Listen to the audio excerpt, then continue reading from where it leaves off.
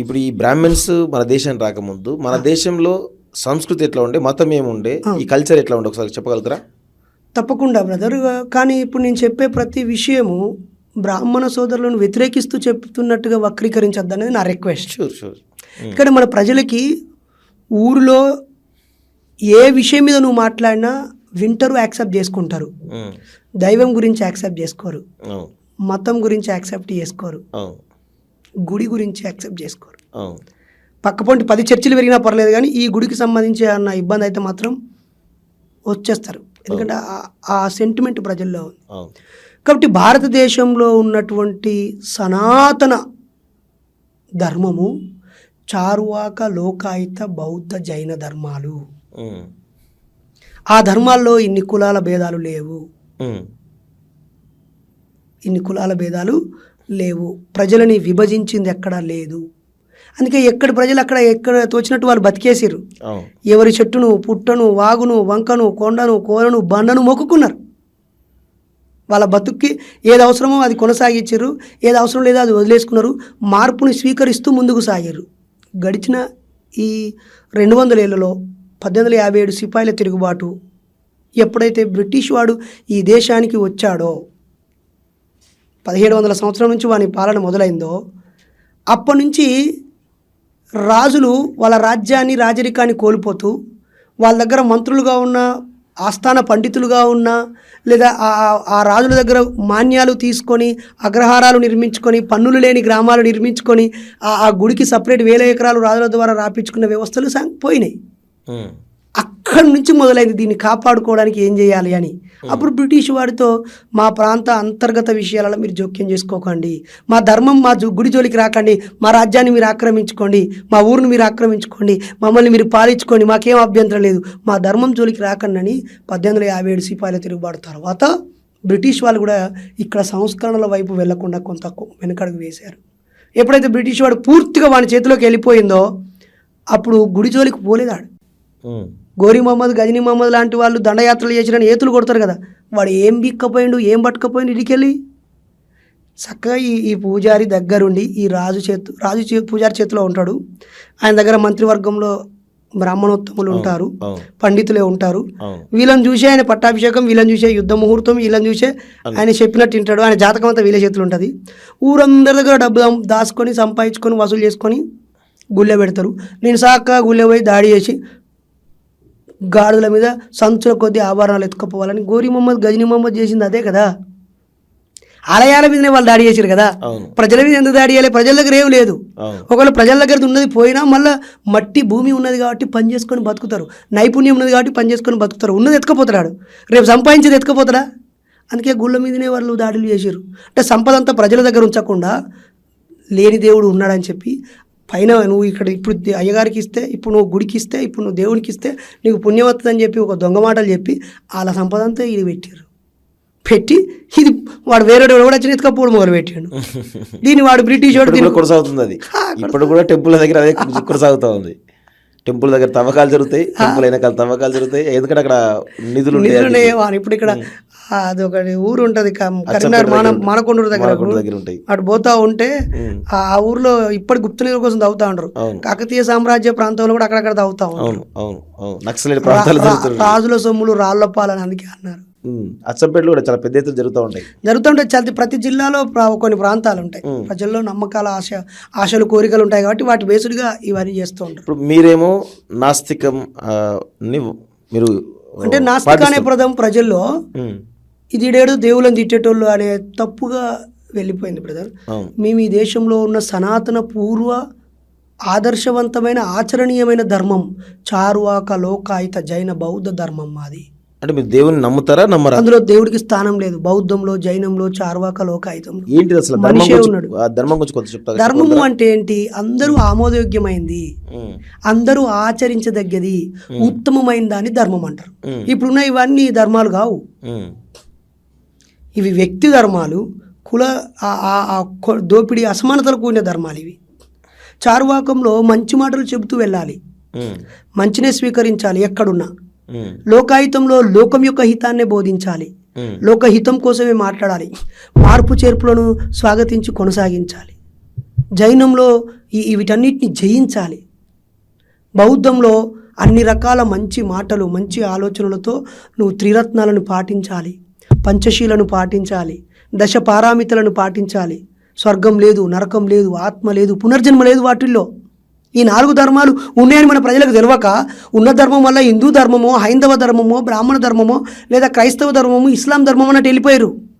మన దేశ చరిత్రలో ఈ మతం నాకు బాగాలేదని అనుకున్నప్పుడు, ఇంకో ధర్మానికి వెళ్ళాలనుకున్నప్పుడు అసలు మన మూల ధర్మము చార్వాకం ఉన్నది, ప్రశ్నించే ధర్మము, లోకాయుతం ఉన్నది, జైనం ఉన్నది, బౌద్ధం ఉన్నది అని తెలియక మన ప్రజలు కొత్తగా వచ్చినటువంటి సంస్కృత ధర్మం. ఎవరికి తెలుసు సంస్కృతం?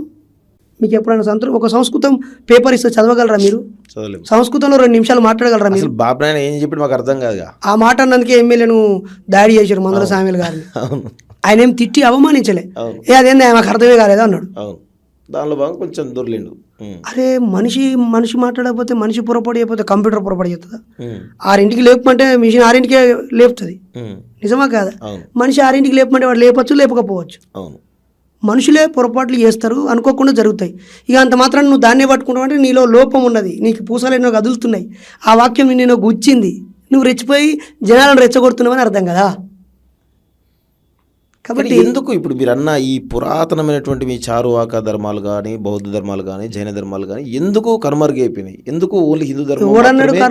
హిందూ ధర్మం మాత్రమే ఇప్పుడు ఈ రోజు అసలు హిందూ అనే పదమే లేదు బ్రదర్. హైందవం, బ్రాహ్మణం. హైందవం ఎందుకు ప్రాచుర్యంలో ఉంది? మీరు అన్నదాన్ని ఎందుకు ప్రాచుర్యంలో ఉంది? మిగతా ప్రజలకి వాళ్ళు పాటించే ధర్మం ఏందో వాళ్ళకు తెలియకపోవడం వల్ల. నీ భూమి నీ దగ్గరనే ఉన్నారు బ్రదర్. ఇక నువ్వు ఆ భూమిని పట్ట చేసుకోవాలని ఎందుకు అనుకుంటావు? నీ చేతిలోనే రోజు పంట పండించుకుంటున్నావు, తింటున్నావు, బతుకుతున్నావు, నీ పేరు లేదు. ఎప్పుడైతే రైతు బంధు వేసుడు మొదలు పెట్టిండో కేసీఆర్, అప్పుడు దీని అసలు దారి ఎవడో వాడు ఉరికెత్తాడు. నిజమేనా కాదా? ఆడపిల్లకి తల్లిదండ్రులు సమానంగా భూమి పంచకపోవడం వల్ల, ఎన్టీఆర్ కాలంలో ఒక ప్రత్యేక జీవో తేవడం వల్ల ఆడపిల్లకు విలువ వచ్చింది, భూమి మీద హక్కు వచ్చింది. ఇది ఎప్పుడో అంబేద్కర్ రాసిండు కదా, హిందూ కోడ్ బిల్లులో సమానంగా హక్కు ఉండాలని. అవన్నీ పోయినాయి, తర్వాత యాడ్ అయినాయి. కాబట్టి నేను మా మంగళన్నలు, సాకలన్నలు, మా పద్మశాలీలు, గోళ్ళోళ్ళు, కురుమోళ్ళు, గౌండ్లు, ఎవరి ధర్మం వాళ్ళకే ఉన్నది, ఎవరి ఆచారం వాళ్ళకే ఉన్నది. బోనాలు మా ఊళ్ళో బోనాలు, చెట్టి బోనాలు చేస్తారు గొల్లోళ్ళు, ఖతర్నాగా చేస్తారు, బొమ్మల కొలువు అని పెడతారు. వాళ్ళ ఆ దేవుని గురించి ఆ కథలే ఉంటాయి. వాళ్ళ కథలల్లో వాళ్ళ జీవనం, బతుకుకు సంబంధించిన స్టోరీలే ఉంటాయి. జాంబవంతుడి కథ చెప్పుకుంటారు కాడ. వాళ్ళు మాది సపరేట్ ధర్మం అనే భావనలో లేరు. అన్నీ ఒకటైతే తుర్కాయనత్త రాని, ఏ సోడాట అయితే రాని అని ప్రజలందరూ మిక్స్ చేసుకుంటూ వచ్చారు. గడిచిన 30-40 ఏళ్లలో ఈ మతం రాజకీయానికి ఆయుధంగా మారాలనుకున్న క్రమంలో కుట్రల్లో భాగంగా మనమందరం ఒక మతము, మన మతం పేరు ఇది అని 100 సార్లు చెప్పారు. అది పురాణ గ్రంథాలలో లేదు. ఆ మతం పేరు పురాణ గ్రంథాలలో లేదు. మీరందరూ మనోళ్ళే. గివిడి శత్రువు అన్నప్పుడు వీళ్ళందరినీ మిత్రులంగా భావిస్తూ వచ్చేసాడు. ఇప్పుడు నాన్ వెజ్ మొత్తం క్లోజ్ అను, యాదవ్లో బతికేంది. మరి కళ్ళు నిషేధం, గౌన్లు తాళ్ళు ఎక్కద్దను, గౌన్లు ఆ ధర్మాన్ని స్వీకరిస్తారా? స్వీకరించారు. వాళ్ళ ధర్మం వాళ్ళకి ఒకటి ఉంటుంది కదా. కటికాయన ఉంటాడు, ఆయన కోసుడే, మేకలు కోసుడే ఆయన పని కదా. మరి ఆయన ధర్మము కరెక్టే అంటావా? అది నువ్వు కొయ్యద్దురా మహాపాపం అన్నావనుకో, కటికాయనకి ఏ మతం కావాలి? ఇప్పుడు గౌండ్ ఆయనకు కళ్ళు మత్తు బంద్ అన్నానుకో, ఏ మతం కావాలి? గోళ్ళ ఆయనకు, కుర్మాయనకు ఏం మతం కావాలి? చేపలు నీసు ముట్టుకోవద్దు అంటే ముద్రాల పరిస్థితి ఏంది? నీసే ముట్టుకోవద్దు, సంపదు, కొయ్యద్దు, ముద్రాలు ఏమి ఎత్తుక్కుంటారు? ఇప్పుడు మా ధర్మం ఏదైనా ఎత్తుక్కుంటారు కదా. ప్రపంచంలో 1,00,000 మంది ఉన్న కూడా ఒక మతం ధర్మం ఉంటుంది. కబీర్ అక్బరు దిన్హి ఇలాహి అనే మతాన్ని పుట్టించండు. తెలుసా నీకు ఈ విషయం? అదొక ఆయన చక్రవర్తి కదా దేశానికి. ముస్లిం కదా ఆయన, చక్రవర్తే కదా. ఆయన అంత పెద్ద చక్రవర్తి ఉన్నాడు ఇంకోడు లేడు కదా. అక్బర్ బీర్బల్ కథలు చదువుకుంటాం కదా ఇప్పటికీ. మరి ఆయన ఒక మతాన్ని పుష్టించండు కదా. కాబట్టి ప్రజల ఆచరణలో ధర్మము, మతము ఉంటుంది.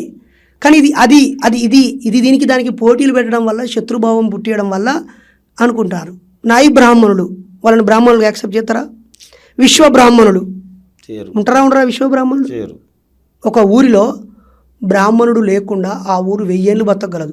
బ్రాహ్మణుడు ఒక్కడు లేని ఊర్లు ఉన్నాయా? లేవా? శ్రమజీవులు లేని ఊర్లు ఉంటాయా? ఉండవు. ఉత్పత్తి కులాలు లేని ఊర్లు ఉంటాయా? ఉండవు. బ్రాహ్మణులు లేని ఊర్లు ఉన్నాయి. బ్రాహ్మణులు లేని దేశాలే ఉన్నాయా లేవా? ఆ దేశంలో అసలు ఒక్క బ్రాహ్మణులు లేడు. అక్కడ ప్రజలు బతుకుతలేరా? పుడతలేరా? పెరుగుతలేరా? సంసారం చేస్తలేరా? పిల్లల్ని కంటలేరా? సత్తలేరా? బతుకుతలేరా? వీళ్ళు ఒక పని లేకుండా దీన్ని ఒక జీవన ఆధారంగా పెట్టుకున్నారు కాబట్టి వాళ్ళు కథలు స్టోరీలు అన్నీ రాసుకుంటూ వచ్చారు. ప్రజల్ని వేదాల మీద చార్వాక లోకాయతులు పడ్డాక దాన్ని మార్చుకొని ఉపనిషత్తులు, ఆ తర్వాత బుద్ధుడు బోధనల తర్వాత ఉపనిషత్తుల తర్వాత పురాణాలు, ఈ కులాల వారిగా బలపడుతూ ఉన్న క్రమంలో ఏ కులమో ఆ కులంలో పెళ్లి చేసుకోవాలని చెప్పడాలు, పర కులంలోకి వెళ్తే మీరు కలుషితం అయిపోతారు అనేటువంటివి చెప్పడాలు, కొడుకే పుట్టాలే వాడు చచ్చినాక తలకొరి పెడితేనే స్వర్గం పోతాడని, పున్నామ నరకం నుండి పుత్రుడే విముక్తి కలిగిస్తాడనే పిచ్చుడు మాటల వల్ల అలా అలా అలా సమాజం ఏర్పడింది. ఇప్పటికి లంబాడి సోదరులు ఆ ఇంటి పేరు ఈ ఇంటి పేరు వీళ్ళు అసలే పెళ్లి చేసుకోవద్దు అనుకుంటారు తెలుసా.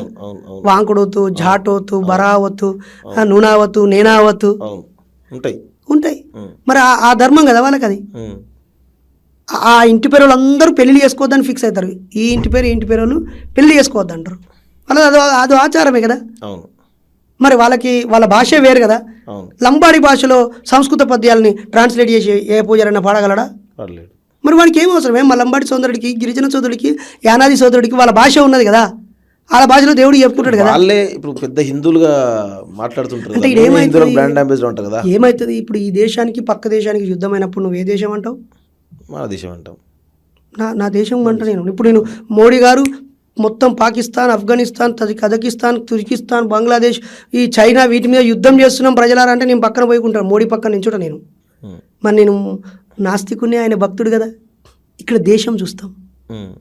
మన దేశానికి వేరే దేశానికి యుద్ధం జరిగినప్పుడు దేశం చూస్తాం. మన మతానికి వేరే మతానికి మధ్య ఘర్షణలు జరిగినప్పుడు మేము ఏ మతము అనే ఆలోచనలోకి వచ్చి అందరం కలిసి మనం హిందువులమే అనే పదానికి తెచ్చారు.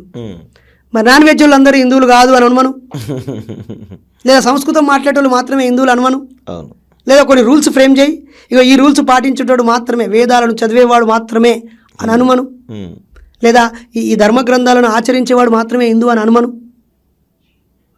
క్రైస్తవుడికి ఉంది కదా ఈ బైబుల్ని అని, ఇస్లాంకి ఉంది కదా ఖురానే అని, మనకి లేదు కదా. ఎందుకు లేదంటే మొదటగా ఈ ధర్మాన్ని ప్రచారం చేసే వాళ్ళలో కుల వివక్షని లేదా వర్ణాలుగా విభజించి వాళ్ళకు వర్ణాశ్రమ ధర్మాలను బోధించి ఎవడెవడు ఏమేం పని చేయాలని బోధించేసి వీళ్ళు ఒక సేఫ్ సైడ్లో ఒకటే చిన్నది పట్టుకొని ఉన్నారు.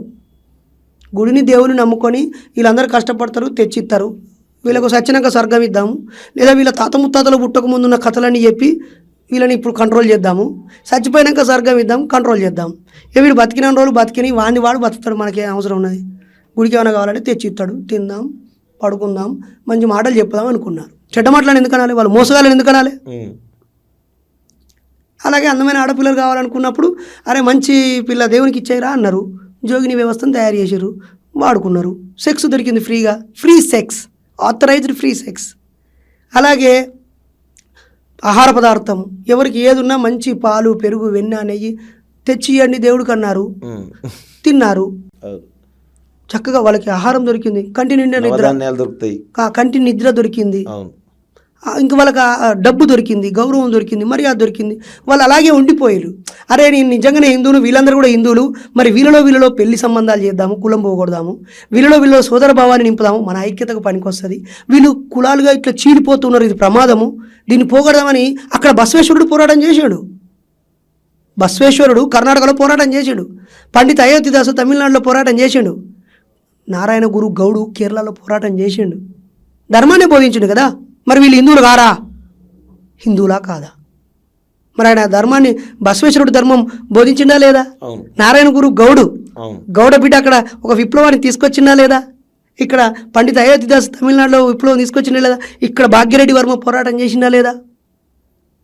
కందుకూరి వీరేశలింగం పంతులు, గురజాడ అప్పారావు వీళ్ళు బ్రాహ్మణుడు గారా? గురజాడ అప్పారావు బ్రాహ్మణుడు కాదా చెప్పండి? శ్రీ బ్రాహ్మణుడు కాదా చెప్పండి? గోరా గారు బ్రాహ్మణుడు కాదా చెప్పండి? చెప్పరు. మనం మాట్లాడుకుంటా ఉంటే దీనికి ఇప్పుడు ఒక రోడ్డు మీద గుంతలు ఉన్నాయి బ్రదర్, నువ్వు మట్టేసినావు, నిన్ను శాల్వ కప్పి సన్మానం చేస్తారు, నన్ను మాట్లాడమన్నారు, నేనేమని మాట్లాడాలి? గుంతలు కప్పినావు, నువ్వు వెరీ గుడ్ అని నీకు సన్మానం అభినందించాలి. కానీ నేనేమంటే అసలు గుంతలు చేసినోడు ఎవడరా? ఈ రోడ్డు మీద బిల్లు దొబ్బి ఈ పొక్కలు పడేటట్టు నాసి రకం రోడ్డు వేసినోడు ఎవడరా? అసలు ఈ గుంతలకు కారణం ఎవడరా? ఇది కదా చర్చ. ఇది కూడా జరిగితే కదా. మరి ఇప్పుడు నువ్వు గుంత ఊడ్చినావు, రేపు మళ్ళీ గుంత అయితే ఎవడు పోతారా? ఇప్పుడు బ్రాహ్మణ సోదరులు ఏ పాపం చేయట్లేరు, ఏ ద్రోహం చేయట్లేదు, ఎవరు సొమ్ము తినట్లేదు, ఎవరిని మోసం చేయట్లేరు. క్లియర్. దాన్ని వాళ్ళని మనసులో అభినందించుదాం. ఓకేనా? మరి ఈ ఈ ఈ అన్యాయానికి ఎవడు బాధ్యత తీసుకోవాలి? టాప్ ఆఫ్ ద టాప్ను నువ్వు తీసుకొని అన్నావు, ఓకే రైట్, మిమ్మల్ని వదిలేద్దాం, మీరు మాకేం శత్రువులు, మీరే ఎక్కువ మంది ఐఏఎస్లు అయ్యారు, ఐపీఎస్లు అయ్యారు, మంత్రులు అయ్యారు, ముఖ్యమంత్రులు అయ్యారు, ప్రధానమంత్రులు అయ్యారు, క్యాబినెట్ మీదే చేతుల్లో ఉంది, అన్నిట్లలో మీరు ఉన్నారు, మీరు బాధ్యత తప్పుకున్నారు, మేము కాదు అన్నారు. ఎవడు ఆ చర్చ జరగాలి ఇప్పుడు?